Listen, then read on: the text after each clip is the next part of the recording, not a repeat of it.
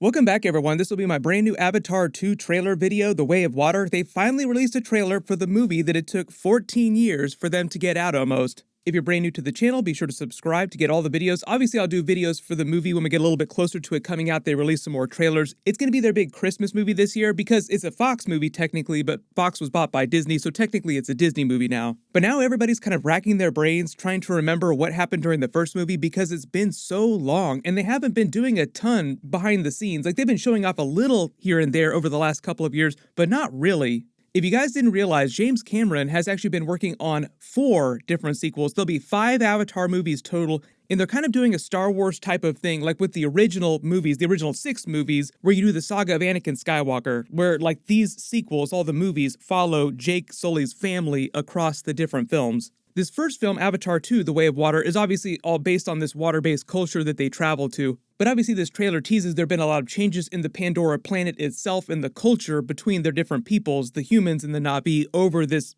14 years that have gone by. One of the biggest changes is that now they have 3 children. One of them is an adopted human child, and 2 of them are naturally born Na'vi children. So Jake Sully and Neytiri are both just a little bit older. Even though they both look like they looked in the first movie, they don't look that much older because they're basically giant blue aliens. The human child that they've adopted is named Ateum. This is what he looks like. Obviously, they follow the Na'vi culture, so even though he is human, he has adopted their ways as he's gotten older. The way they explain his character is that he was the son of some of the human colonists who came to mine the unobtainium, because remember, unobtainium is like the big ore that they're trying to mine there, is the source of the entire conflict during the first movie. He's the son of some of those humans who wound up dying during one of the conflicts, so he was orphaned. They just adopted him after some tragedy relating to that. Their younger Na'vi son that they've had is named Lo'ak. This is what he looks like. And then their youngest natural-born Na'vi daughter is named Tuk. This is what she looks like. She's about 8 years old. Early in the trailer, you see their family flying and running across the different landscapes of Pandora as they head to this water tribe, this new place. All these shots are basically their family just changing their location on Pandora. The official synopsis of the plot says, set more than a decade after the events of the first film, it's set about 14 years after the first film, Avatar: The Way of Water begins to tell the story of the Sully family, Jake Sully's family, the trouble that follows them, and the lengths they go to keep each other safe, the battles they fight to stay alive, and the tragedies they endure across the years, across these 4 sequels. James Cameron said that so much is going on Pandora. It's such a big planet with so many different cultures that each of the different sequels is meant to feel like a completely different movie, even though they are all sequels. They're all interconnected in loose ways. But like, each sequel isn't going to have 14 years in between them. I think the idea they're hyping up here in the trailer and what's going on in the synopsis is that the sequels will just follow their family as their children get older. Eventually, by the time you get to the last movie, Avatar 5, whatever the title of that winds up being, their children will be the main characters. And I believe they actually did film a lot of the footage for the sequels while they were filming the footage for this second movie. Like, they didn't just work on the second movie. That's one of the reasons why it's taken 14 years to finish all these movies. They weren't just working on that one movie. If you follow what a lot of the actors said after the first film, because James Cameron had been hyping up the sequels when he was releasing that first film way back in 2009, Stephen Lang was saying that he would be back somehow, but he didn't know exactly how that was going to work because it's a sci-fi film, obviously. James Cameron did confirm that Stephen Lang's character, Colonel Miles Quaritch, would be the main antagonist of all the movies, all the sequels, but the form that his villain character would take would change between all the sequels. There'd be like this evolution of his evil character over all these sequels. I think a lot of this has to do with the more mystical nature, the energy transference, the way he transfers his mind, his soul, to his avatar Na'vi body at the end of the film. Like, his consciousness is able to survive his physical body's death, so I think it's going to be a similar situation for Stephen Lang's character. But like, for instance, he said that Sigourney Weaver is coming back to the movie, but she'll be a completely different character. So it is possible that Stephen Lang just plays a completely different character, and it just is his voice sounds very similar to Miles Quaritch's voice, even though his villain character in the sequels has no relation to the Miles Quaritch Colonel character. But I wouldn't completely bet out that there's going to be some connection between his original Colonel character and what's going on with his new villain character. It just feels weird for James Cameron to bring back all these same actors and then say, no, they're completely different, even though they sound exactly the same. Some of the shots that they show you during the trailer are meant to mirror shots from that first Avatar trailer back in 2009. Like, this is a shot of Neytiri's eyes, just like you saw during the first Avatar trailer so many years ago. A lot of the music from the trailer is meant to feel very similar to the music from that first original trailer way back in the day. Even though there's no dialogue during the trailer, it's actually a pretty decent trailer. Even though people say, will this be just as big a hit as the original one? It probably won't make quite as much money as the original one, but one of the important things that you have to remember is that you never bet against James Cameron. I know one thing. Wherever we go.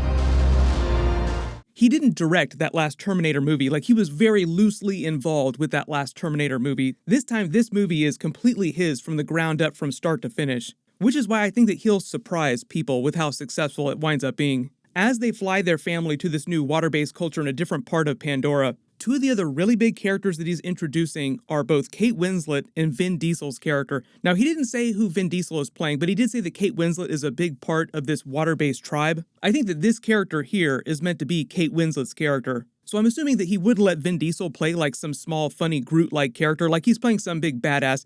This character is probably the leader of this water-based tribe or just someone really important inside the tribe. That's probably going to be Vin Diesel's character. One of the other major changes in the culture of Pandora, the face of the planet itself, seems like the Na'vi have started working with humans, even though at the end of the last movie they expelled all of them off the planet. The way they tease Stephen Lang's villain in this movie, they say an ancient threat resurfaces, Jake must fight a difficult war against the humans. It does sound like Stephen Lang's character is connected to his original character, like it's his consciousness who has survived, or it's his body who somehow survived the accident at the end of the film.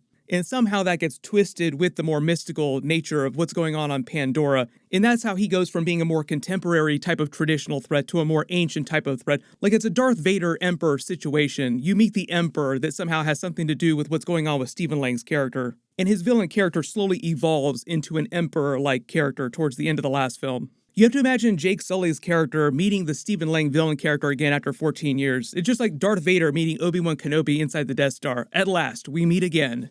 The circle is now complete. When I left you, I was but the learner. Now I am the master.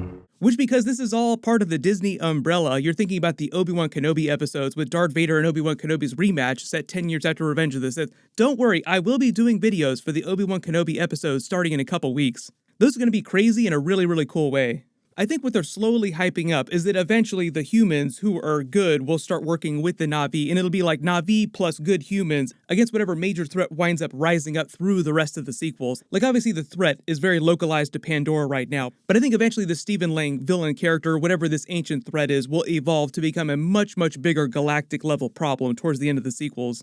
The other real big thing they just do in this trailer is show you many of the other locations of Pandora, even though most of the movie is localized around this one particular water tribe.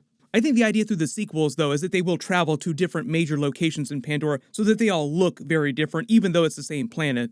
For the most part, though, all the major characters who were still alive at the end of the last film are coming back for this film as well. So in the way that the Star Wars sequels had this big time jump between Episode 1, Phantom Menace, and Episode 2, Attack of the Clones, this is kind of the same situation. It'd be like if they had waited 10 years in real life after Phantom Menace to actually release Attack of the Clones.